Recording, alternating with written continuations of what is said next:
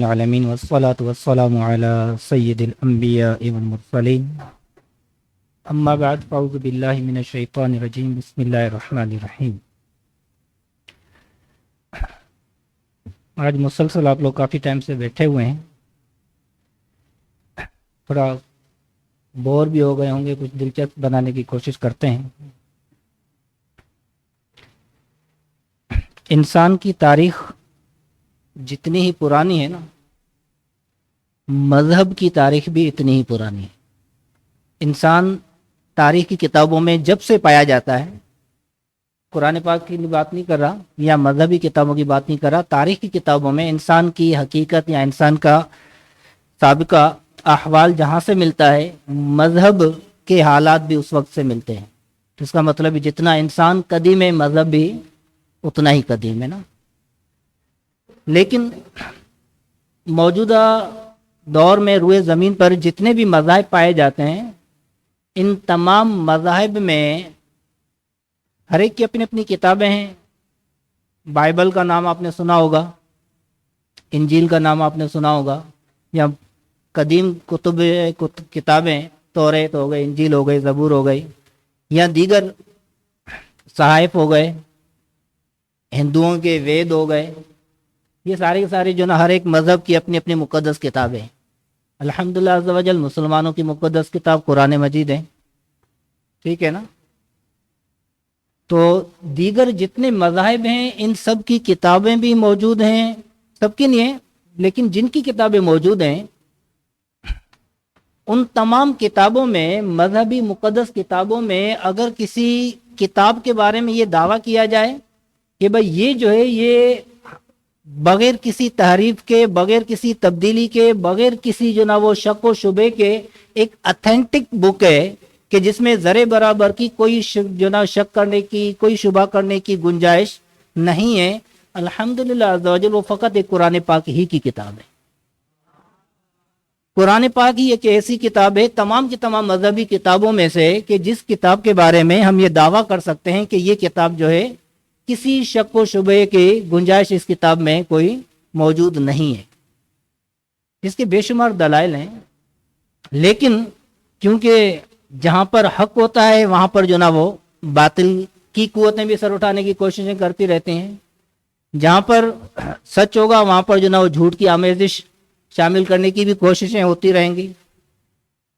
تو قرآن پاک پر بھی جو نا مختلف قسم کے لوگوں نے اعتراضات کیے، کبھی اس پر جو نا وہ عربی گرامر کے اعتبار سے صرف و نحو کی کمزوریاں نکالنے کو لگ گئے، بعض اوقات جو نا وہ معنی اور مفہوم کے اعتبار سے مخالفتیں شامل کرنا ہو گئے، بعض اوقات جو نا وہ یہ کہ یہاں پر قرآن پاک میں یہ کہا گیا ہے، یہاں پر یہ کہا گیا ہے، دونوں معنی آپس میں متضاد ہیں، جو نا متعارض ہیں، لہذا کوئی ایک درست ہو سکتا ہے، دوسرے کو غلط ماننا پڑے گا۔ تو اس وجہ سے مختلف لوگوں نے جو نا وہ اعتراضات کیے۔ بعض لوگوں نے قرآن پاک کے جمع کرنے اور ترتیب کرنے اور تدوین کرنے کے اعتبار سے سوالات کیے کہ دیکھیں قرآن پاک جو ہے موجودہ ہمارے سامنے تو جو نا کاغذ پر دو جلدوں کے درمیان میں کاغذ موجود ہے، اور اسی کاغذ میں شائع ہوتا ہے، اس کی طباعت ہوتی ہے، قرآن پاک ہمارے سامنے موجود ہوتا ہے۔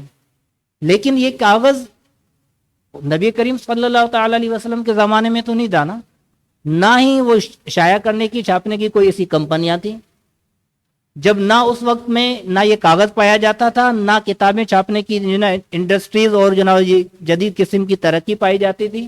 اس کا مطلب ہے اس دور میں قرآن پاک ان کاغذی گتوں کے درمیان میں نہیں تحریر ہوتا تھا۔ تو اب سوال یہ پیدا ہوا کہ پھر کون سی ایسی چیزیں تھیں کہ جس پر جو نا قرآن پاک کو لکھا گیا۔ پھر انہوں نے مزید سوالات پیدا کیے کہ کیا واقعی لکھا بھی گیا یا نہیں لکھا گیا۔ یہ سوال کیسے ہو گیا بھائی؟ کیونکہ اس دور میں کیا کالجز تھے، کیا اسکول تھے، کیا مدارس تھے، کیا تعلیمی ادارے موجود تھے جہاں پر باقاعدہ طور پر اساتذہ مقرر ہوتے تھے کہ جو تعلیم اور تعلم کا سلسلہ جاری کرتے ہوں؟ ایسا کوئی ادارہ نہیں تھا۔ جب یہ ادارہ نہیں تھا، اچھا عربی لکھت کی جو رسم الخط ہے، جو اسکرپٹ ہے، جو لکھنے کا انداز ہے، جس کو سورت سندھی میں ہو گیا تھا سورت خطی، یہ جو سورت خطی کا جو انداز ہے یہ اس وقت تھا کیا؟ نحو کے قواعد تو حضرت علی رضی اللہ تعالیٰ عنہ کے جو نا وہ کہنے پر مرتب کرنا بعد میں شروع کیے گئے نا۔ تو اس کا مطلب یہ عربی گرامر نہیں تھا.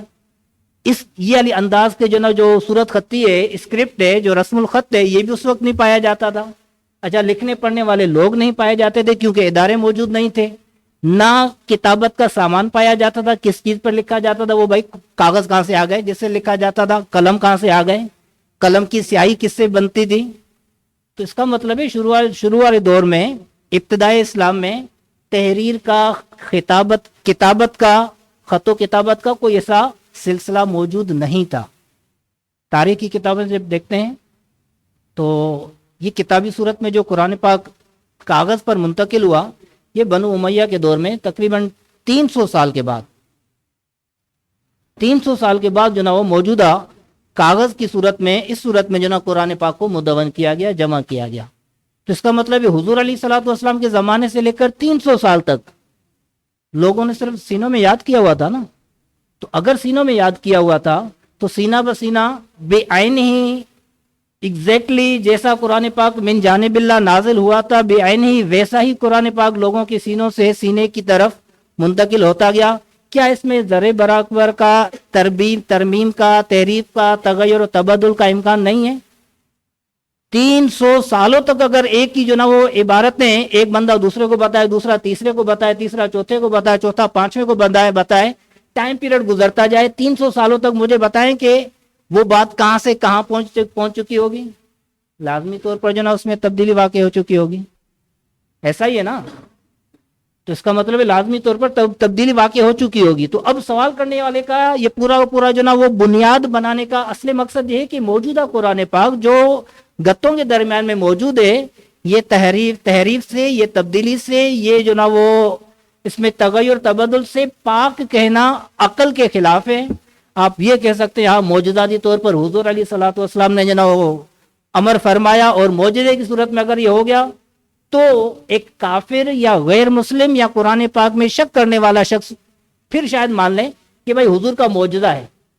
ورنہ در حقیقت بقول ان کے گراؤنڈ ریئلٹی کے اعتبار سے، زمینی حقائق کے اعتبار سے، تاریخی کتابوں کے اعتبار سے پھر یہ وہ حق اور سچ تک بات نہیں پہنچتی کہ قرآن پاک وہ جیسا نازل ہوا اللہ تعالیٰ کی طرف سے ویسا ہی موجودہ کتابوں میں، موجودہ کتابی صورت میں موجود ہے. تو یہ کہنے والوں نے اس طور پر وہ قرآن پاک کی حقانیت کو، قرآن پاک کی حفاظت کو، قرآن پاک کے اللہ تبارک و تعالیٰ کی کلام کے جس میں تغیر و تبدل کا کوئی وہ امکان اور گنجائش نہیں ہے، اس میں وہ درار ڈالنا شروع کر دی، بنیاد پر ہی اعتراض کرنا شروع کر دیا. اور اعتراض کرنے کا مقصد کیا تھا؟ ظاہر ہے جب قرآن پاک میں یہ امکان ہو جائے گا نا کہ اس میں تغیر و تبدل کا امکان موجود ہے، تو پھر اس کا مطلب ہے ہمارے پورے دین اور شریعت کی بنیاد قرآن پاک ہے نا. احادیث کا درجہ بھی بعد میں آتا ہے، پہلے تو قرآن پاک ہے. ٹھیک ہے نا. تو اگر ہمارا دین اسلام کی بنیاد قرآن پاک کے پر ہے اور قرآن پاک میں شک اگر پیدا کر دیا گیا لوگوں کے ذہن و دل و دماغ میں، تو پھر ہمارے پورے دین کی بنیاد میں ہی شک واقع ہو گیا. جب دین کی بنیاد پر شک واقع ہو گیا تو پھر ہم اپنے دین اسلام کی حقانیت کو کیسے ثابت کر پائیں گے؟ بات آئی سمجھ میں؟ آ رہی ہے نا؟ گئی نہیں، آنی چاہیے.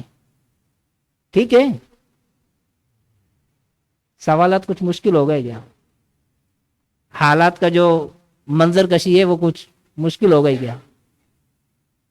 بھئی واقعی میں نے اس طرح کے مضبوط انداز سے یہ سوالات بنائے تاکہ میرے علاوہ اگر کوئی اور دنیا دار یا کوئی دین اسلام کا دشمن اور مخالف ہوگا وہ اس انداز سے اگر منظر کشی کر کے آپ کے سامنے سوالات قائم کر دے، جوابات آپ کے سامنے ہو ہی نہ، اس وقت کی پریشانی سے بہتر ہے کہ اب یہ ایک ذہنی طور پر تصور قائم کر لیں کہ ایسا ہو سکتا ہے، ایسا کوئی سامنے سوال کرنے والا سوال کر سکتا ہے. لیکن ہم اسے کیسے جواب دے سکتے ہیں؟ ہم کیسے اسے مطمئن کر سکتے ہیں کہ آپ کا پورا جو دعویٰ یہ غلط ہے؟ وہ ہمارا کام ہے نا. وہ سیکھنے کے لیے ہم یہاں پر ہیں. ٹھیک ہے نا. ہم سیکھنے کے لیے یہاں پر ہیں. پہلی بات تو یہ، ابتدائی اسلام میں کیا عرب کے علاقے میں خط و کتابت اور تعلیم اور تعلم کا سلسلہ تھا یا نہیں تھا؟ اس کے حوالے سے بے شمار دلائل موجود ہیں.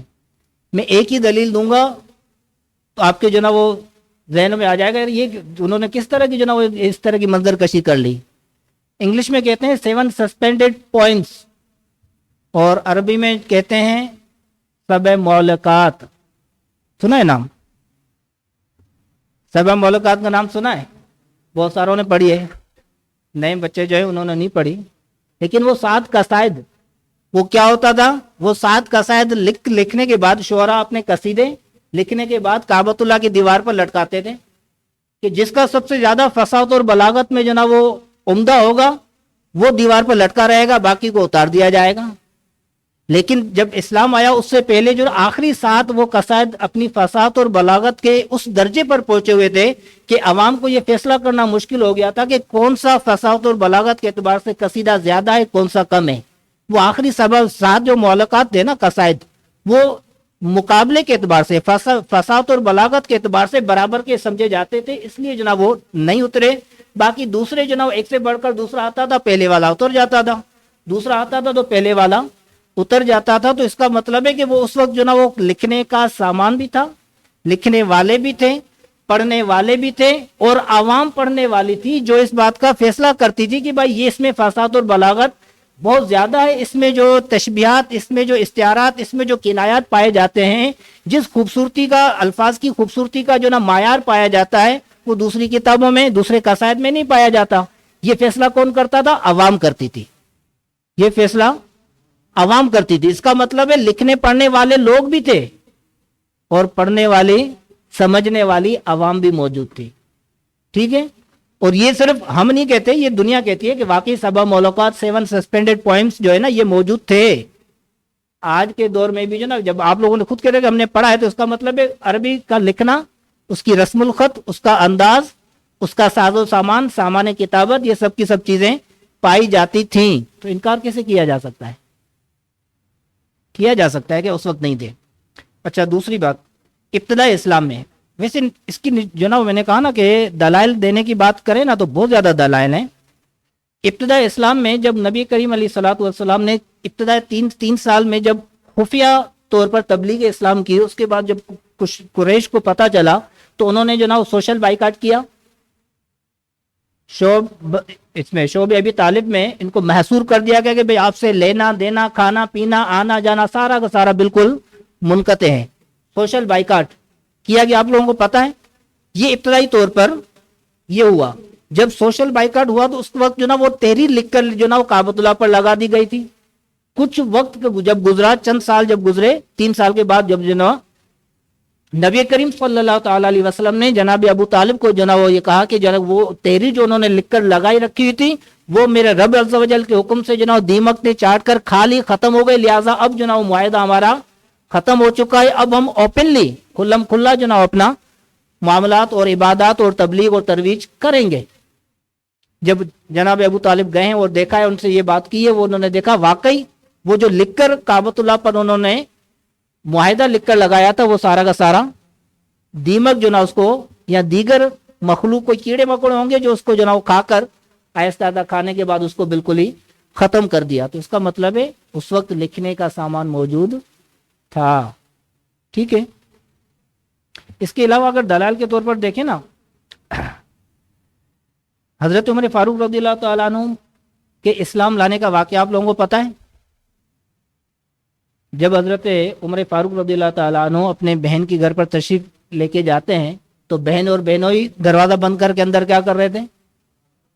قرآن پاک کی تلاوت کر رہے تھے. جذباتی ہو کر اندر داخل ہوئے اور جو نا وہ غصے میں ان کو جو نا مارا پیٹا. جب خون دیکھا اپنی بہن کے چہرے پر تو پھر جو نا کچھ ٹھنڈے ہوئے پوچھا، کہا کہ لے کے آؤ جو تم پڑھ رہے تھے. تو بہن نے کیا کہا تھا؟ پہلے آپ غسل کریں، پاک ہو جائیں، پھر میں آپ کو دوں گی. ٹھیک ہے؟ تو اس کا مطلب اس دور میں قرآن پاک لکھا گیا تھا.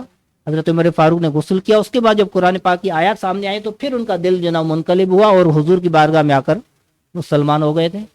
تو اس کا مطلب لکھا ہوا تھا نا، لکھنے والے تھے تبھی تو لکھا ہوا تھا. اور یہ کون سا ٹائم ہے؟ یہ بالکل ابتدائی اسلام ہے.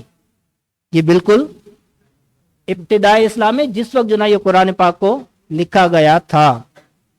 اچھا، حضور علیہ الصلوۃ والسلام کے اعلان نبوت کے بعد کیا قرآن پاک کو لکھا گیا تھا یا نہیں لکھا گیا تھا؟ یہ تو تھے کہ وہ موجودہ حالات کے جس میں جو نا واقعی لکھنا پڑھنا لوگ جانتے تھے، لکھنے والے لوگ واقعی موجود تھے۔ سیرت کی کتابوں میں اگر آپ تاریخی کتابوں میں دیکھیں نا تو فتول بلدان وغیرہ میں ہے کہ جب اسلام داخل ہوا تو اس وقت جو نا وہ 17 صحابہ کرام، 17 مسلمان وہ تھے کہ جو سارے کے سارے جو نا وہ لکھنا پڑھنا جانتے تھے۔ ان کے نام، ان کے پورے جو نا نام اور فہرست موجود ہے کہ جن میں حضرت ابو سفیان بھی ہیں، حضرت عمر بن خطاب بھی ہیں، حضرت امیر معاویہ رضی اللہ تعالیٰ عنہ، یہ سارے کے سارے حضرات ہیں، اور بھی بہت سارے ہیں، حضرت ابو بکر صدیق رضی اللہ تعالیٰ عنہ کا بھی نام ہے۔ بہرحال حضور علیہ الصلوۃ والسلام، اب دوسرا کہ واقعی اس معاشرے میں جو نا وہ لکھنا پڑھنا لوگ جانتے تھے، ٹھیک ہے، باقاعدہ طور پر تعلیمی ادارے نہ صحیح لیکن گھروں میں یا انفرادی طور پر یا پھر تجارت کی غرض سے جب جو نا وہ باہر جاتے تھے دوسرے جو نا وہ ممالک میں، دوسرے شہروں میں، وہاں پر جا کر ان کی نئی چیزیں جو نا وہ سمجھتے تھے، سیکھتے تھے، لیتے تھے، پھر آگے جو نا اس کا آگے سیکھنے سکھانے کا معاملہ اس طرح ہوتا تھا۔ لیکن تھا، انکار نہیں کیا جا سکتا، کیونکہ تاریخ کی کتابوں میں صرف جو نا اسلام کی تاریخ کی کتابوں میں نہیں بلکہ جرنلی اوور آل دنیاوی تاریخ کی کتابوں میں بھی یہ تحریری طور پر جو نا وہ ثبوت مل جائے گا کہ واقعی اس دور میں لوگ لکھنا پڑھنا جانتے تھے۔ ہاں زیادہ نہیں تھی تعداد، یہ کہا جا سکتا ہے کہ اوور آل سارے کے سارے لوگ جو نا وہ لکھنا پڑھنا جانتے تھے، نہیں ایسا نہیں ہے، لیکن بالکل ہی ان کے لیے اجنبی تھا لکھنا پڑھنا، ایسا بھی نہیں ہے۔ ان کے لیے کتابت کوئی بالکل ہی ایک اچنبے والی چیز تھی کہ نہیں واقعی کوئی جانتا ہی نہیں کہ یہ کیا ہے، ایسا نہیں ہے، اس وقت لکھنا پڑھنا جانتے تھے۔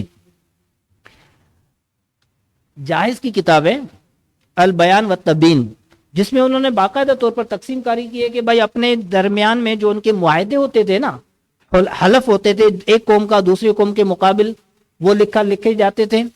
اچھا، تجارتی معاہدات وہ لکھے جاتے تھے، غلام کے بدلے کتابت کو مقرر کیا جاتا تھا، وہ لکھے جاتے تھے، جو ان کی مذہبی کتابیں تھی وہ لکھی جاتی تھی۔ ورقہ بن نوفل کا نام سنا ہے آپ نے؟ جب سب سے پہلی جب وہی نازل ہوئی، حضرت خدیجہ الکبریٰ ام المومنین رضی اللہ تعالی عنہا حضور علیہ الصلوۃ والسلام کو ان کے پاس لے کر گئی، اور وہ عبرانی زبان میں جناب وہ انجیل لکھتے تھے، لکھتے بھی تھے، پڑھتے بھی تھے، اور جناب سکھاتے بھی تھے۔ تو اس کا مطلب ہے اس کا انکار کر دینا کہ نہیں بھائی اس وقت تھا ہی نہیں، یہ مطلب دوپہر کے سورج کا انکار کر دینا ہے کہ نہیں، ایسا نہیں ہے۔ واقعی اس وقت جو نا وہ لوگ لکھنا پڑھنا جانتے تھے اور اس معاشرے میں یہ پایا جاتا تھا۔ اچھا، نبی علیہ الصلوۃ والسلام کے دور میں دوسرا مرحلہ ہم یہ اس کو لے لیتے ہیں کہ حضور علیہ الصلوۃ والسلام کے دور میں لکھا گیا یا نہیں لکھا گیا۔ کیونکہ بعد میں تو لکھا گیا، حضرت عثمان غنی رضی اللہ تعالیٰ عنہ کا دور آئے گا بعد میں، لیکن اس سے پہلے حضور علیہ الصلوۃ والسلام کے دور میں قرآن پاک کی ایک آیت مبارکہ ہے، لا یمسہ الا المطہرون، اس کو کون چھوئے؟ پاک لوگ ہی چھوئے۔ کس کو چھوئے؟ جو دل کے اندر محفوظ ہے، جو حصی طور پر موجود ہے نا، لکھا ہوا کتابت کی صورت میں، تحریری صورت میں جو موجود ہے، تحریری صورت میں اسی کے بارے میں ہے نا، ٹھیک ہے نا۔ چھونا دل کے اندر موجود یا دماغ کے اندر حافظے میں جو چیز موجود ہے اس کو نہیں چھوا جا سکتا، اسی کو چھوا جا سکتا ہے جو حصی طور پر موجود ہوگی۔ تو اس کا مطلب ہے لکھ لیا گیا تھا۔ ایک دوسری آیت مبارکہ ہے، آیت میرے ذہن میں نہیں آ رہی، کہ کفار کے سامنے جو قرآن پاک کی تلاوت کی گئی نا، تو انہوں نے کہا کہ بھائی یہ تو اساطیر اولین ہے، یہ تو اساطیر اولین ہے، کہ اکتتبہا، حضور علیہ الصلوۃ والسلام کے بارے میں کہا کہ انہوں نے لکھ لیے ہیں، اور جو نا یہ املا کرواتے ہیں، صبح شام لکھواتے ہیں، اور جو نا دوسروں کو جو نا سناتے رہتے ہیں۔ کفار کا قول قرآن پاک میں موجود ہے، کفار اس بات کی جو نا وہ گواہی دے رہے ہیں کہ انہوں نے اساطیر اولین یعنی سابقہ لوگوں کی کہانیاں، قصے وغیرہ ملا کر جمع کر دیے، اور اس کے بعد ایک جو کتاب میں لکھ لیا۔ لکھنے کے بعد اب لوگوں کو اس سے پڑھ کر سناتے رہتے ہیں اور املا کرواتے رہتے ہیں۔ تو اس کا مطلب ہے جب قرآن پاک ہی اس بات کی گواہی دے رہا ہے کہ کفار کے بقول، قرآن میں کفار کا قول ہی نقل کیا گیا ہے کہ جو یہ کہتے ہیں کہ حضور نے اساطیر اولین کو لکھ لیا ہے اور اس سے املا کرواتے ہیں، اس سے بھی یہ پتا چل رہا ہے کہ بھائی قرآن پاک تو حضور علیہ الصلوۃ والسلام کے دور میں لکھا گیا تھا، حضور علیہ الصلوۃ والسلام کے دور میں لکھا گیا تھا۔ ایک یہ مس والی آیت مبارکہ جس سے یہ پتا چل رہا ہے بھائی اس وقت موجود تھا۔ یہ بھی آیت مبارکہ. اس کے علاوہ اور بھی کئی ساری ایسی آیتیں جس میں جو نا وہ صحائف وغیرہ کا تذکرہ ہے, اساطیر کا تذکرہ ہے کہ جس سے جو نا پڑھ کر سنانے کا ہے. احادیث مبارکہ کے اعتبار سے دیکھیں تو سیاہ ستہ میں بے شمار اس طرح کی احادیث مبارکہ ہے. حضرت زید بن ثابت رضی اللہ تعالیٰ عنہ جو ہیں اصل کاتب وحی, حضور علیہ صلاۃ والسلام نے حضرت زید بن ثابت رضی اللہ تعالیٰ عنہ کی باقاعدہ ڈیوٹی لگائی, ان کی ذمہ داری لگائی. ہوتا یہ تھا, کئی ساری احادیث مبارکہ کا مفہوم میں عرض کروں گا کہ حضور علیہ صلاۃ والسلام کے پاس جب وحی آتی تھی, آپ علیہ صلاۃ والسلام اپنے قلب اطہر میں اس کو جو نا وہ قبول فرماتے تھے. جب دل میں قبول فرما لیا اس کے بعد پھر جو نا وہ روایت میں آتا ہے کہ آپ کاتب کو بلاتے تھے, بعض روایت میں آتا ہے کہ زید بن ثابت کو بلاتے تھے. زید بن ثابت سے کہو کہ جو نا وہ دوات اور کتف لے کے آ جائے, دوات اور کرتاس لے کے آ جائے کہ جس پر جو نا وہ وہی نازل لکھنی ہے. حضرت زید بن ثابت رضی اللہ تعالیٰ عنہ آتے تھے اور حضور علیہ صلاۃ والسلام ان سے املا کرواتے تھے کہ بھائی یہ لکھیں. جب وہ آیت مبارکہ پوری لکھ لیتے تھے تو پھر حضور علیہ صلاۃ والسلام فرماتے تھے اب مجھے پڑھ کر سناؤ کیا لکھا ہے. حضرت زید بن ثابت رضی اللہ تعالیٰ عنہ پڑھ کر سناتے تھے. جب آپ علیہ صلاۃ والسلام لکھوا لیتے, حضرت زید بن ثابت دوبارہ اس کو پڑھ کر دہرا دیتے. حضور علیہ صلاۃ والسلام مطمئن ہو جاتے کہ اس میں کوئی جو نا وہ کمی بیشی اب نہیں ہے.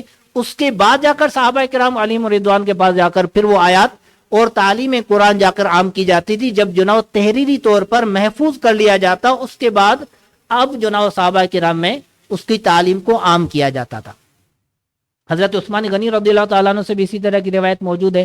حضرت ابن عباس رضی اللہ تعالیٰ عنہ سے بھی موجود ہے. حضرت زید بن ثابت رضی اللہ تعالیٰ عنہ کی سے بھی موجود ہے. اور یہ سیاست کی معتبر ترین یا مشہور ترین روایت آپ اس کو کہہ سکتے ہیں. اتنے سارے جو نا حضرات نے ان روایت کو لیا کہ حضور علیہ صلاۃ والسلام اس طور پر جو نا وہ کتابت کرواتے تھے قرآن پاک.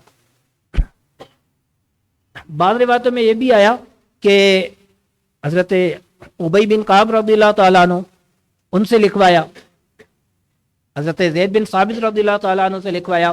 حضرت عثمان غنی فرماتے ہیں کہ جب یہ آیت مبارکہ نازل ہوتی تھی نا تو حضور علیہ صلاۃ والسلام لکھوانے کے بعد فرماتے تھے اس آیت کو اس جگہ پر رکھو. یعنی کہ آپ علیہ صلاۃ والسلام صورت بتاتے تھے کہ فلاں صورت کی فلاں جگہ پر اس کو رکھو, اور جو آیت نازل ہوتی تھی اس کو اس صورت کے محل میں رکھواتے تھے. یہ تو آپ کو پتہ ہی ہے کہ ترتیب نزولی کچھ اور ہے اور ترتیب موجودی یہ کچھ اور ہے, پتہ ہے نا, ایسا ہی ہے نا. سورہ بقرہ یا سورہ جو نا فاتحہ سب سے پہلے جو نا نازل نہیں ہوئی, ٹھیک ہے نا. اس کا مطلب ترتیب نزولی کچھ اور تھی. حضور علیہ صلاۃ والسلام لکھواتے تھے, لکھوانے کے بعد فرماتے تھے کہ اس صورت کو ان آیات کو اس صورت کی اس جگہ پر رکھو, وہ اسی محل میں رکھواتے تھے. اور یہ اس پر بھی اتفاق ہے. اور امام جلال الدین سیوطی شافعی اور ان کے علاوہ دیگر علماء جو اصولیین ہیں وہ کہتے ہیں کہ حضرت جبریل امین کے کہنے پر ایسا ہوتا تھا. حضور علیہ صلاۃ والسلام فرماتے تھے کہ اس صورت کو آیت کو اس صورت کی اس جگہ پر رکھو, تو حضرت زید بن ثابت اسی طرح کرتے تھے. اور حضور علیہ صلاۃ والسلام کیوں فرماتے تھے ایسا؟ کیونکہ حضور علیہ صلاۃ والسلام کو حضرت جبریل امین علیہ السلام کہتے تھے کہ یہ جو ہے فلاں صورت کی یہاں سے آیت ہے. اور جبریل امین کو کیسے پتا تھا؟ جبریل امین جو نا لوح محفوظ میں دیکھ کر آتے تھے. تو اب علماء تفسیر نے یہ فرمایا کہ بے عینی جو ترتیب لوح محفوظ میں قرآن مجید کی ہے وہی ترتیب الحمدللہ عز و جل موجودہ اس قرآن پاک کی ترتیب ہے. کوئی فرق نہیں ہے اس میں.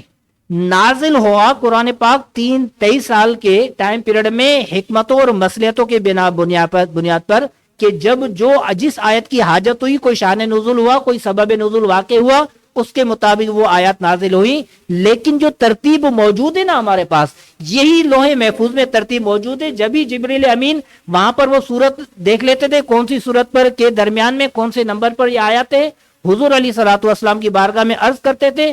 حضور علیہ صلاۃ والسلام پھر اس کو وہاں پر رکھواتے تھے اور اسی ترتیب کے مطابق جو نا پھر یہ صورتوں کو مرتب کیا گیا. ٹھیک ہے, تو یہ جو ترتیب ہے نا ترتیبی توقیفی ہے, اجتہادی نہیں ہے. یہ ذہن میں رکھیے گا, یہ ترتیبی توقیفی ہے, نہیں موقوف شریعت کے حکم پر. ایسا نہیں کہ صحابہ رسول نے اجتہاد کیا کہ بھائی پہلے سورہ فاتحہ کی اس آیت کو یہاں پر ہونا چاہیے, اس آیت کو یہاں پر ہونا چاہیے, سورہ بقرہ کی اس آیت کو یہاں پر ہونا چاہیے, اس آیت کو یہاں پر ہونا چاہیے. یہ کسی کے اجتہاد کی بات نہیں ہے، یہ موقوف شریعت کے حکم پر، اور حضور علیہ الصلوۃ والسلام نے ان تمام ترتیبات کو اپنے طور پر بیان فرمایا جبریل امین کے کہنے پر، اور جبریل امین نے لوح محفوظ میں جو ترتیب دیکھی تھی اسی ترتیب کے مطابق آپ کی بارگاہ میں عرض کیا تھا۔ تو یہ جو جناب اجماع ہے اس بات پر کہ یہ ترتیب جو ہے یہ ترتیب موقوف ہے شریعت کے حکم پر، تو حضور علیہ الصلوۃ والسلام جو سورتوں کے درمیان میں آیتوں کو رکھواتے تھے، کہاں پر رکھواتے تھے؟ دل میں، کہ دل میں اس کو ہٹاؤ، اس کو یہاں پر رکھو۔ کہاں پر رکھیں گے؟ تحریری طور میں موجود ہوگا تبھی تو رکھیں گے نا، ٹھیک ہے، تحریری طور پر موجود ہوگا تبھی تو رکھیں گے۔ تو اس کا مطلب ہے حضور علیہ الصلوۃ والسلام کے زمانے میں مکمل قرآن پاک کو لکھا گیا، اور یہ جو نا وہ کہ قرآن پاک مکمل جمع کیا گیا حضور کے زمانے میں، بخاری شریف کی روایت بتا رہا ہوں، جمع کیا گیا۔ 4 صحابہ کرام علیہم رضوان تھے کہ جن کے ذریعے سے قرآن پاک کو مکمل طور پر جمع کیا گیا۔ اب یہ جمع جو کیا گیا نا، صدیق اکبر رضی اللہ تعالیٰ عنہ نے بعد کے اپنے دور خلافت میں قرآن پاک کو صحیفے میں جمع کیا، لیکن سوال یہاں پر یہ پیدا ہوتا ہے کہ حضور نے کیسے جمع کیا، کیسے لکھوایا؟ تو اس وقت جو لکھوایا گیا تھا نا وہ کسی ایک چیز میں نہیں تھا، کسی ایک سیریز اور ترتیب میں نہیں تھا، وہ متفرق اشیاء ہے۔ کئی سارے علماء اصولین بیان کیا کہ وہ مختلف اور متفرق اشیاء تھی جو بکھری ہوئی تھی، جو پھیلی ہوئی تھی۔ وہ اس میں اونٹ کی شانے کی ہڈیاں بھی شامل تھی، اس میں دیگر ہڈیاں بھی شامل تھی، اس میں کھجور کے پتے بھی شامل تھے، اس میں ان کے درخت کے تنے بھی شامل تھے، اس میں چمڑے بھی شامل تھے، اس میں جھلیاں بھی شامل تھی۔ یہ جو متفرق اور مختلف چیزیں ہیں، ان تمام کی تمام چیزوں پر وہ مختلف صورتوں میں قرآن پاک کو لکھا گیا تھا، لیکن وہ مرتب نہیں تھا، یہ موجودہ ترتیب نہیں تھی۔ لکھا تو جا چکا تھا لیکن موجودہ والی جو ترتیب ہے اس طور پر نہیں تھا، متفرق اور مختلف تھا۔ تو اس کا مطلب ہے تحریری طور پر محفوظ کر دیا گیا تھا قرآن پاک کو، حضور کے زمانے میں تحریری طور پر محفوظ کر لیا گیا تھا، اس کا انکار نہیں کیا جا سکتا۔ کئی سارے وہ آیات مبارکہ، کئی سارے وہ احادیث مبارکہ اس بات کی وہ دلیل ہیں کہ قرآن پاک کو حضور کے زمانے میں لکھا جا چکا تھا، ٹھیک ہے۔ قرآن کی آیت سے بھی ثابت ہے، احادیث مبارکہ سے بھی ثابت ہے، اور دیگر وہ سیرت اور تاریخ کے اعتبار سے بھی یہ بات بھی ثابت ہے کہ حضور کے زمانے میں ہی قرآن پاک کو مکمل لکھا جا چکا تھا۔ اب اس کے بعد آتا ہے دوسرا دور آتا ہے صدیق اکبر رضی اللہ تعالیٰ عنہ کا۔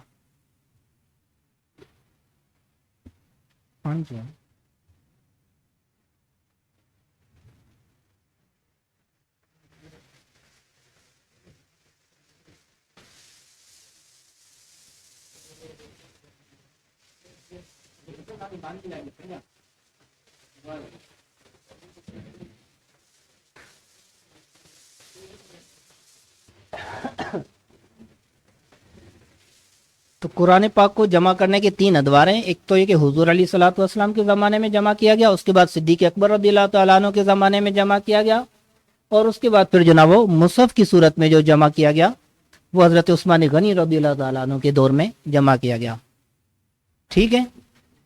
صدیق اکبر رضی اللہ تعالیٰ عنہ کے دور میں جنگ یمامہ مسلمہ بن کذاب کے ساتھ جو جنگ ہوئی، اس میں مسلمانوں کے سینکڑوں حفاظ جو ہے وہ شہید ہو گئے، صحابہ کرام علیہم رضوان۔ جب اتنے سارے لوگ شہید ہو گئے، حضرت عمر فاروق رضی اللہ تعالیٰ عنہ کے دل میں ایک خیال پیدا ہوا کہ یار اسی طرح اگر وہ دیگر جنگیں بھی ہو رہی ہیں، اگر اس طرح جنگوں میں حفاظ کرام شہید ہوتے گئے تو ایسا نہ ہو کہ قرآن پاک کا کوئی حصہ وہ مفقود نہ ہو جائے۔ انہوں نے حضرت صدیق اکبر رضی اللہ تعالیٰ عنہ کی بارگاہ میں آئے، اور ان کا ارادہ یہ تھا کہ اب باقاعدہ طور پر، کیونکہ اب حالات کا تھوڑا آپ سمجھ لیں کہ ایک مسلمانوں کی سلطنت قائم ہو چکی ہے، ریاست قائم ہو چکی ہے، خلیفہ موجود ہیں، ٹھیک ہے، مختلف قسم کے ادارے ڈپارٹمنٹ بن چکے ہیں، بھائی یہ وہ عسکری ڈپارٹمنٹ ہے، یہ وہ عاملین موجود تھے، اور لشکر جو کہتے سپہ سالہ لشکر موجود تھے، بیت المال موجود تھا، فقراء اور غرباء میں ان کا خیال رکھنے کے لیے ادارے موجود تھے۔ تو باقاعدہ طور پر ایک ریاست اور اس کے تمام ادارے اور محکمہ جات یہ قائم ہو چکے ہیں۔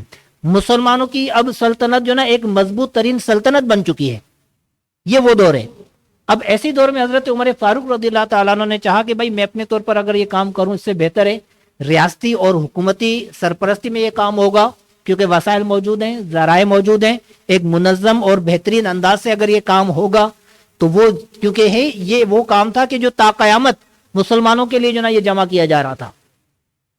پہلے کیونکہ نہ مرتب تھا نہ مجمع تھا، متفرق اور منتشر تھا، مختلف چیزوں پر تھا حضور علیہ الصلوۃ والسلام کے زمانے میں.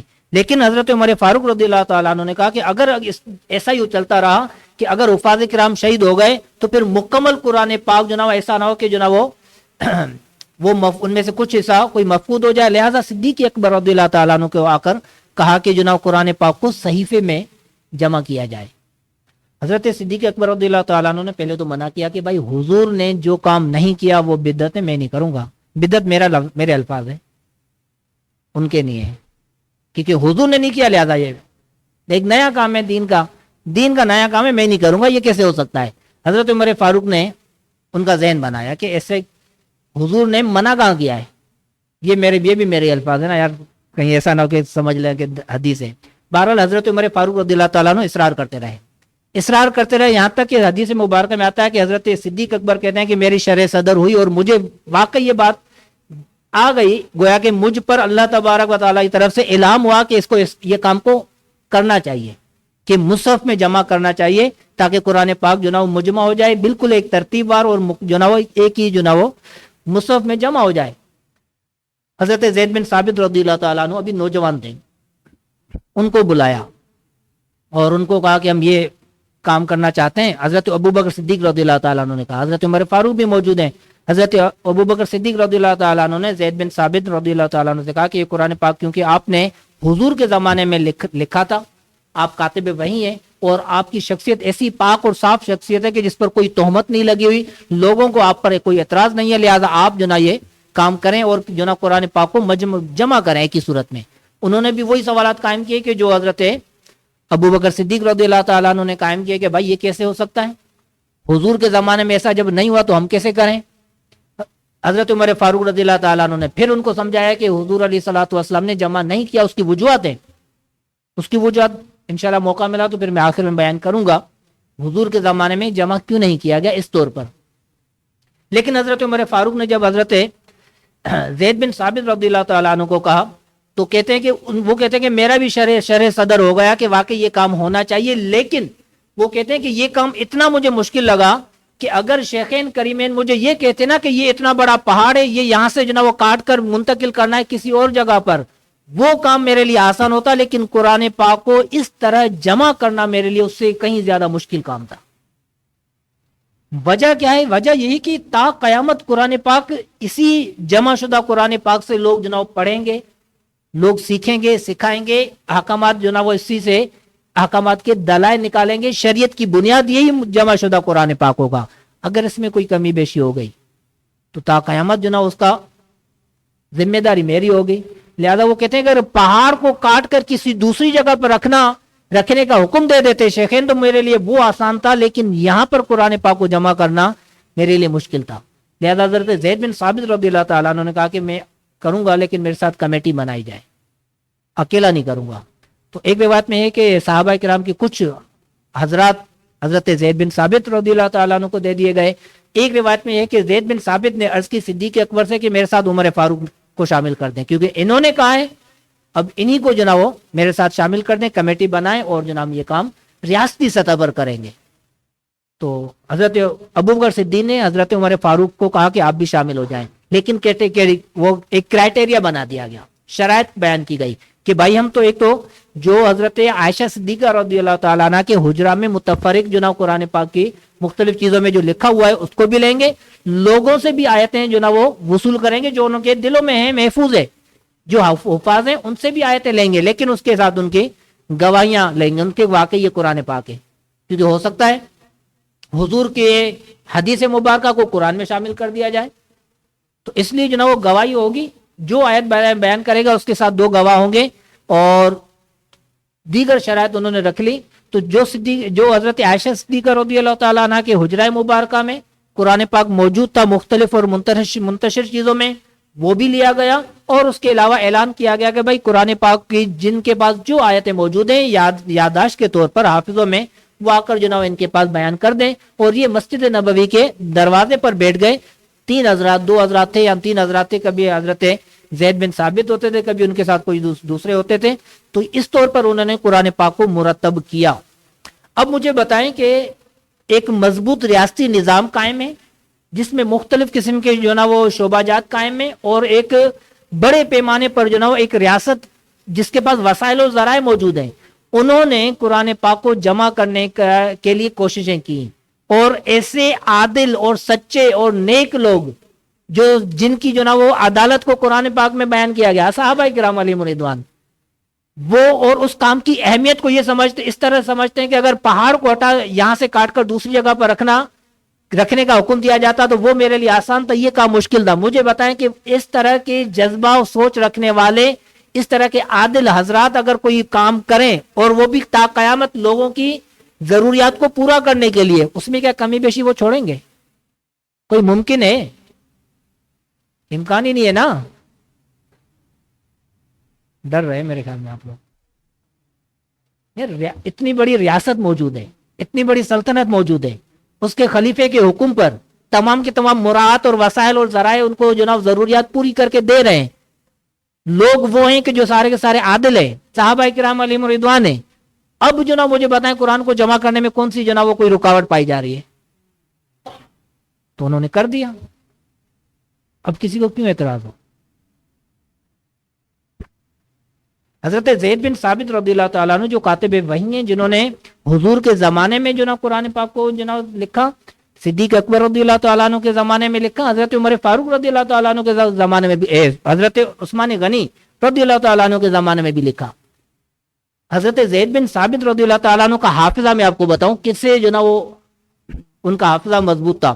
حضور علیہ الصلوۃ والسلام جب مدینہ منورہ ہجرت کر کے تشریف لائے، انصار میں سے ایک 16 سال کا لڑکا تھا، ان کو لے کے آئے کہ حضرت یہ آپ علیہ الصلوۃ والسلام بارگاہ میں لے کے آئے کہ حضور یہ بچہ ہے جو ابھی آپ علیہ الصلوۃ والسلام مدینہ منورہ ابھی ہجرت کر کے آئے ہیں، یہاں پر لوگوں کو مطلب جو نا مسلمان کچھ ہوئے ہیں، کچھ پہلے سے تھے، جب ہجرت کر کے آئے تھے تو پہلے سے مسلمان تھے نا. یہ تو آپ کو بیک گراؤنڈ تو پتا ہی ہے نا، مدینہ منورہ میں پہلے ہجرت سے پہلے مسلمان تھے. اور وہ کیسے تھے؟ جب جو نا وہ حج کرنے کے لیے مکہ مکرمہ جاتے تھے، وہاں پر جو نا حضور علیہ الصلوۃ والسلام ان کو تبلیغ کرتے تھے، وہاں پر وہ مسلمان ہو کر واپس آئے تھے. اسی لیے آپ علیہ الصلوۃ والسلام ہجرت کر کے مکے سے مدینے آئے تھے کہ یہاں پر میرے ماننے والے موجود ہیں. تو حضرت زید بن ثابت رضی اللہ تعالیٰ عنہ 16 سے 17 سال عمر ہے، اس وقت مسلمان ہو چکے تھے. حضور تشریف نہیں لائے، مدینہ منورہ تشریف نہیں لائے، مسلمان ہو چکے ہیں، اور کئی ساری صورتیں حافظ ہیں، کئی ساری صورتوں کے وہ حافظ ہیں. جب حضور علیہ الصلوۃ والسلام تشریف لائے تو جناب صحابہ کرام ان کے جو بڑے تھے، ان کے قبیلے کے جو بڑے تھے، تو ان بچے کو 16-17 سال کے نوجوان کو جناب پیش کیا آقا کی بارگاہ میں اور کہا کہ ان کو قرآن پاک کی اتنی صورتیں یاد ہیں. حضور علیہ الصلوۃ والسلام نے خوشی کا اظہار فرمایا اور کہا کہ سنائیں ذرا. حضرت زید بن ثابت رضی اللہ تعالیٰ نے صورتیں سنائی. آپ علیہ الصلوۃ والسلام ان سے جناب بہت زیادہ خوش ہوئے، خوشی کا اظہار فرمایا. اس کے بعد فرمایا کہ زید تمہیں عبرانی زبان آتی ہے؟ پہلے کہا کہ عربی زبان لکھنا جانتے ہو؟ کہا کہ نہیں. کہا کہ سیکھو. اب ماحول یہ تھا کہ مدینہ منورہ میں صحابہ کرام یہاں اوس اور خزرج، یہ تھے انصار، اوس اور خزرج قبائل تھے. ان میں کم تھے لکھنے پڑھنے جانے والے، لیکن ان کے اطراف میں یہودیوں کے قبائل تھے، بنو کینیکا، بنو قریظہ، ٹھیک ہے نا، بنو نذیر، سنا ہے نام. یہ مدینہ منورہ کے اطراف میں جو نا وہ یہ قبائل موجود تھے یہودیوں کے. ان میں باقاعدہ طور پر جو نا وہ مدارس موجود تھے جہاں پر تعلیم اور تعلم کا سلسلہ ہوتا تھا. ان میں باقاعدہ طور پر تعلیم و تعلم کا سلسلہ ہوتا تھا. وہ اپنی مذہبی کتابیں پڑھاتے تھے، لکھاتے تھے، پڑھاتے تھے. حضرت زید کو کہا کہ ان سے سیکھو، پہلے ان سے سیکھو. 15 دن میں جو انہوں نے عربی لکھنا پڑھنا سیکھ لیا. واپس آئے حضور کی بارگاہ میں. حضور نے پوچھا کہ کیا تم جو نا عبرانی زبان جانتے ہو؟ کہا کہ نہیں. آپ نے فرمایا کہ جا کے سیکھو ان سے. پھر وہ عبرانی زبان ان سے سیکھ کر آئے، وہ بھی 17 دن میں. کہتے ہیں کہ صرف 17 دن میں سیکھ کر آ گیا. حضور کے پاس فارس سے کچھ لوگ آئے تھے، یعنی کہ ایران سے. کچھ لوگ قاصد جب آئے تھے وہ قاصد وہاں پر کچھ دن رکے تھے, کچھ عرصہ رکے تھے, کہ 1 مہینے سے پہلے میں نے فارسی بھی لکھنا پڑھنا سیکھ لی. تو کئی ساری زبانیں مختلف ٹائم پیریڈ میں, مختصر اور محدود ٹائم پیریڈ میں, حضرت زید بن ثابت رضی اللہ تعالیٰ عنہ ایسے ذہین تھے کہ 15 سے 17 دنوں میں پوری زبان جو نا وہ لکھنا پڑھنا جان چکے تھے, سیکھ لیتے تھے. وہ یہ تھے حضرت زید بن ثابت, جن پر اعتماد کیا حضور نے خود. جب حدیث مبارکہ میں یہ کہ جب زید سے کہا نا کہ سیکھنا تم اس لیے سیکھو کیونکہ میں کبھی بعضوں کا ضرورت پڑتی ہے تو یہودیوں سے کتابت کروانی پڑتی ہے, اور وہ کتابت ہوتی تھی ان کی جو دوسرے بادشاہوں کے پاس خطوط لکھے جاتے تھے. تو وہ جو خطوط اور معاہدے لکھے جاتے تھے بعض اوقات میں یہودیوں سے لکھواتا ہوں اور یہودیوں پر مجھے اعتماد نہیں ہے, تم سیکھو. تو حضرت زید بن ثابت 15 دن میں جو نا وہ لکھنا پڑھنا سیکھ کر آ گئے آقا کی بارگاہ میں, اور جو نا اس کے بعد باقاعدہ طور پر انہوں نے جو نا یہ منصب سنبھال لیا, سیکریٹری آپ کہہ سکتے ہیں. انہوں نے باقاعدہ طور پر یہ منصب سنبھال لیا, اور حضور علیہ الصلوۃ والسلام کے باقاعدہ پھر تحریری طور پر سارے کے سارے کام یہ کرتے تھے. تو زید بن ثابت رضی اللہ تعالیٰ عنہ کے دل میں ایک طرف جو نا وہ احتیاط کا یہ مقام, پھر خود کے حافظے اور جو نا ان کی صلاحیتوں کا یہ مقام, اور سنانے والے جو موجود ہیں وہاں پر صحابہ کرام علیہم رضوان کی عدالت مجمع علیہ. تو پھر اب جو اگر قرآن پاک کو جمع کریں گے تو مانے کیا ہے؟ مانے ایک چیز ہے نا, کس پہ لکھتے تھے, کس سے لکھتے تھے, ٹھیک ہے نا, کس سے لکھتے تھے اور کس پہ لکھتے تھے. چلو کاتبین مان لیے, ٹھیک ہے, کاتب تھے, موجود تھے, پہلے بھی تھے اور حضور کے زمانے میں بھی تھے. کس سے لکھتے تھے؟ کاغذ تو تھے نہیں, نشانے سے. بیٹھے کرو, آخر میں کر لینا. کس سے لکھتے تھے؟ 4 سے 5 چیزیں تو میں نے آپ کو بتائی کہ یہ چیزیں تھی, ہڈیاں تھیں, ٹھیک ہے, ہڈیاں تھی ان پر لکھتے تھے. چمڑے کے جو نا وہ تھے, اور جھلیاں تھی, پتے تھے, ان چیزوں پر لکھتے تھے. اس کے علاوہ ایک حدیث مبارکہ اہل سنت اور روافض کے مابین اختلاف ہے, حدیث معروف ہے, حدیث کرتاس, سنا ہے حدیث کرتاس, نام سنا ہے؟ قرآن پاک میں بھی کرتاس کا لفظ ہے. کرتاس کس کو کہتے ہیں؟ صفحے کو کہتے ہیں نا, کرتاس صفحے کو کہتے ہیں. اس کا مطلب صفحہ تو تھا, لیکن یہ کرتاس کون سا تھا؟ تاریخی کتابوں میں یہ ہے کہ سب سے پہلے جو لکھنا پڑھنا شروع کیا تھا یہ مصر میں شروع ہوا تھا. مصر میں دریا نیل کے کنارے پر ایک درخت اگتا تھا. اس درخت سے پیپر بنایا جاتا تھا, کاغذ بنایا جاتا تھا. اور وہ درخت کو ان کو تاریخ دان ان کو کہتے ہیں پپائرس, پپائرس کے نام سے, اور عربی میں اس کو کہتے ہیں کہ ورق بردی. مصر بردی بھی کہا جاتا ہے, ورق بردی بھی کہا جاتا ہے. وہ یہ ہوتا تھا کہ وہ درخت کو کاٹ کر, اس کے درمیان میں سے کاٹ کر, اور اس کی جو نا وہ جس طرح کے آلو کے وہ ہوتے نا ترکاری آلی, اس طرح جو نا اس کے وہ موٹے جو نا وہ پیسز بنا لیتے تھے, اور اس کے بعد اس کے اوپر جو نا وہ وزن رکھ دیتے تھے. اور یہ میں اپنے طور پر نہیں کہہ رہا, یہ کئی سارے جو نا وہ مورخین نے کہا ہے, اس کے حوالے میں دیتا ہوں. تو وہ اس کے جو نا کاٹ کر مختلف قسم کے پیسز بنا کر اس کے جو نا سیدھا کر کے اس کے اوپر وزن رکھ دیتے تھے. جب وہ سیدھا ہو جاتا تھا اس کے بعد پھر جو نا اس کی رگڑائی کرتے تھے ہاتھی دانت سے یا دیگر کسی چیز سے, پتھر وغیرہ سے. اس کی بالکل رگڑائی کرنے کے بعد اس کے اوپر جو نا وہ سرکہ اور میدا اس طرح کی کچھ لیپائی, چکناہٹ وغیرہ, چکنی کوئی چیز بنا دیتے تھے. اس کے بعد وہ اس کے اوپر لیپتے تھے. لیپنے کے بعد پھر اس کی رگڑائی کرتے تھے, خشک ہونے کے بعد پھر اس کی رگڑائی کرتے تھے. اب وہ ایسا جو ہے کہ ہو جاتا تھا کہ جو بالکل لچکدار اور ہموار اور جناب وہ مضبوط قسم کے وہ ایک جناب وہ پیپر بن جاتا تھا, جس پر لکھنے کا کام کرتے تھے یہ مصر والے. اس کو کہتے ہیں پپائرس. یہ موجودہ پیپر اسی سے نکلا ہے. پیپر کا لفظ جو ہے نا یہ پپائرس سے نکلا ہے. تو یہ تھا جس پر جو نا وہ کرتاس جس کو آپ کہہ لیں, ورق آپ اس کو کہہ لیں, اور اس کو یہاں ورق بردی کہہ لیں, یہ سارے کے سارے اسی کے مختلف نام ہیں. تو یہ دریائے نیل کے کنارے پر اگتا تھا. مصر والے اس کو باقاعدہ بناتے تھے, اور یہ کب بناتے تھے؟ حضرت عیسیٰ علیہ السلام سے بھی پہلے, قبل مسیح کے یہ کام ان کے پاس تھا. یہ تو اس کا مطلب ہے یہ یہاں سے بناتے تھے, اور باقاعدہ طور پر ان لوگوں نے کہا کہ اس کے بعد پھر یہاں سے یہ وہ تجارت کے طور پر یہ لے کے جاتے تھے, یونان بھی لے کے جاتے تھے, اور یونان کے علاوہ شام بھی لے کے جاتے تھے. اچھا, شام جاتا تھا, آپ کو پتا ہے کہ مکہ المکرمہ سے قافلے جاتے تھے شام تجارت کرنے کے لیے, پتا ہی ہے نا. اور اس وقت تجارت کرنے کے لیے اشیاء کے تبادلہ ہوتا تھا, پیسوں کا تبادلہ, کرنسی کا نہیں ہوتا تھا. ادھر کی اجناس اور اشیاء وہاں پر دیتے تھے, وہاں کی وہ اجناس اور اشیاء لے کر اپنے پاس لے کے آتے تھے. اس طور پر اس وقت کاروبار ہوتا تھا, تجارتیں ہوتی تھی.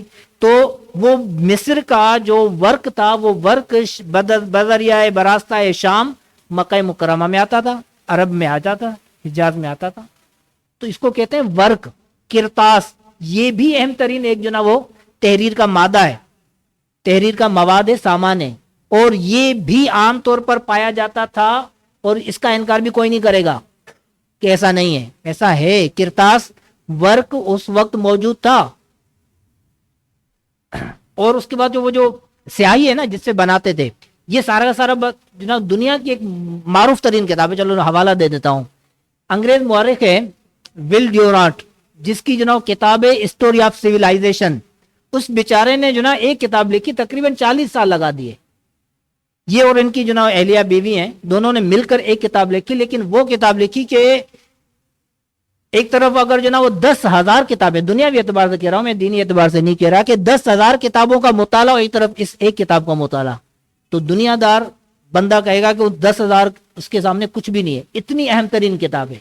اس نے ایک کتاب لکھی ہسٹوری آف سیولائزیشن, جس کی 20 کے قریب اس کی جلدیں ہیں, اور ایک ایک جلد 1000 سے زیادہ صفحات پر مشتمل ہے, جو مطلب دنیا کی اتھینٹک ترین, معتبر ترین, مستند ترین کتاب ہے. اس کے چیپٹر نمبر 7 میں اور ہیریٹیج کے نام سے وہ ہماری ثقافتی ورثے کے طور پر اس نے ایک چیپٹر قائم کیا. اس میں اس نے پورا کا پورا یہ لکھا کہ اس طور پر مصر میں فرعون اور اس طرح کے جو شاہی خاندان تھے, اس میں اس طرح کی خط و کتابت ہوتی تھی, یہ بنایا جاتا تھا, اور مصر سے یہ مادہ, یہ سامان کتابت وہ مختلف دنیا میں اس کو ٹرانسپورٹ وغیرہ کے ذریعے یہ ایکسپورٹ کیا جاتا تھا, بھیجا جاتا تھا, اور وہیں سے گھوم کر یہ عرب میں آیا. تو ورق یہ کرتاس ہے, یہ عرب میں شروع سے پایا جا رہا تھا, جس پر لکھا جاتا تھا. اور نبی کریم صلی اللہ تعالی علیہ وسلم کی جو حدیث کرتاس کی طرف میں نے اشارہ کیا, اس میں بھی تو آخری دور میں آپ نے یہ فرمایا تھا نا کہ کرتاس لے آؤ, میں تمہیں وہ چیز لکھوا لیتا ہوں جس کے بعد تم میرے بعد پھر تم گمراہ نہ ہوگے, فرمایا تھا نا.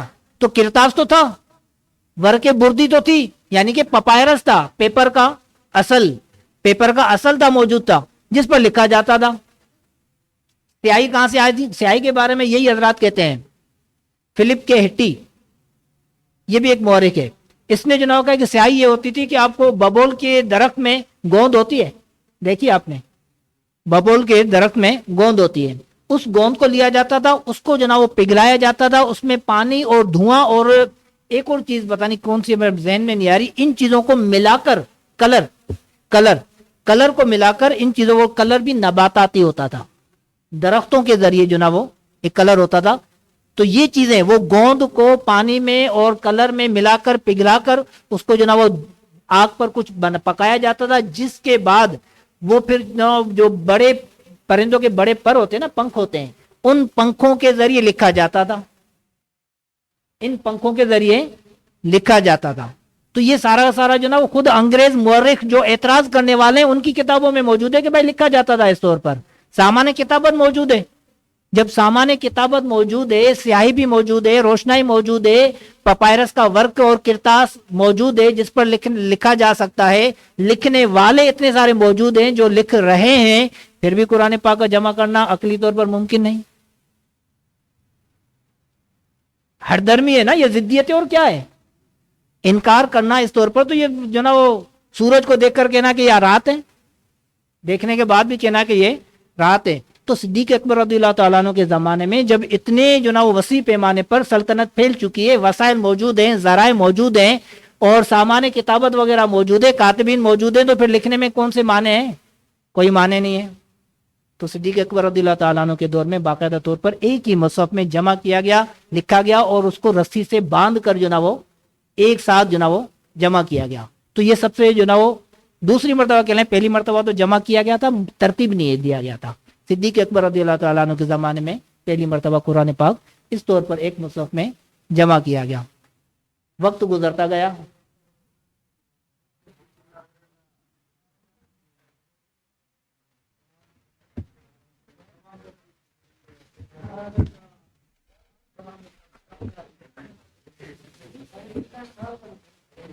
چاہو سوال کرتا ہوں.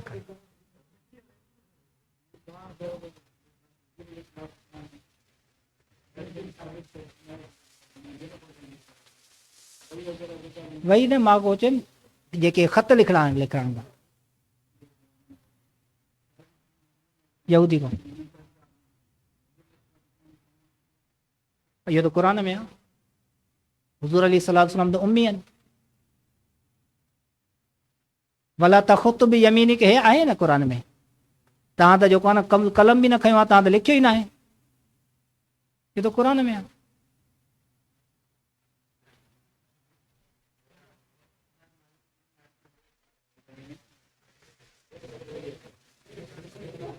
پریشان جو تو تھے بس کہو بانے ما چھا کہیں یار تہاں عجیب و غریب کس ونیا ٹریوں پورو جو پورو اہم ترین حصو رہے تو پیو. ہن تے ما کے نظر نہ تو اچے.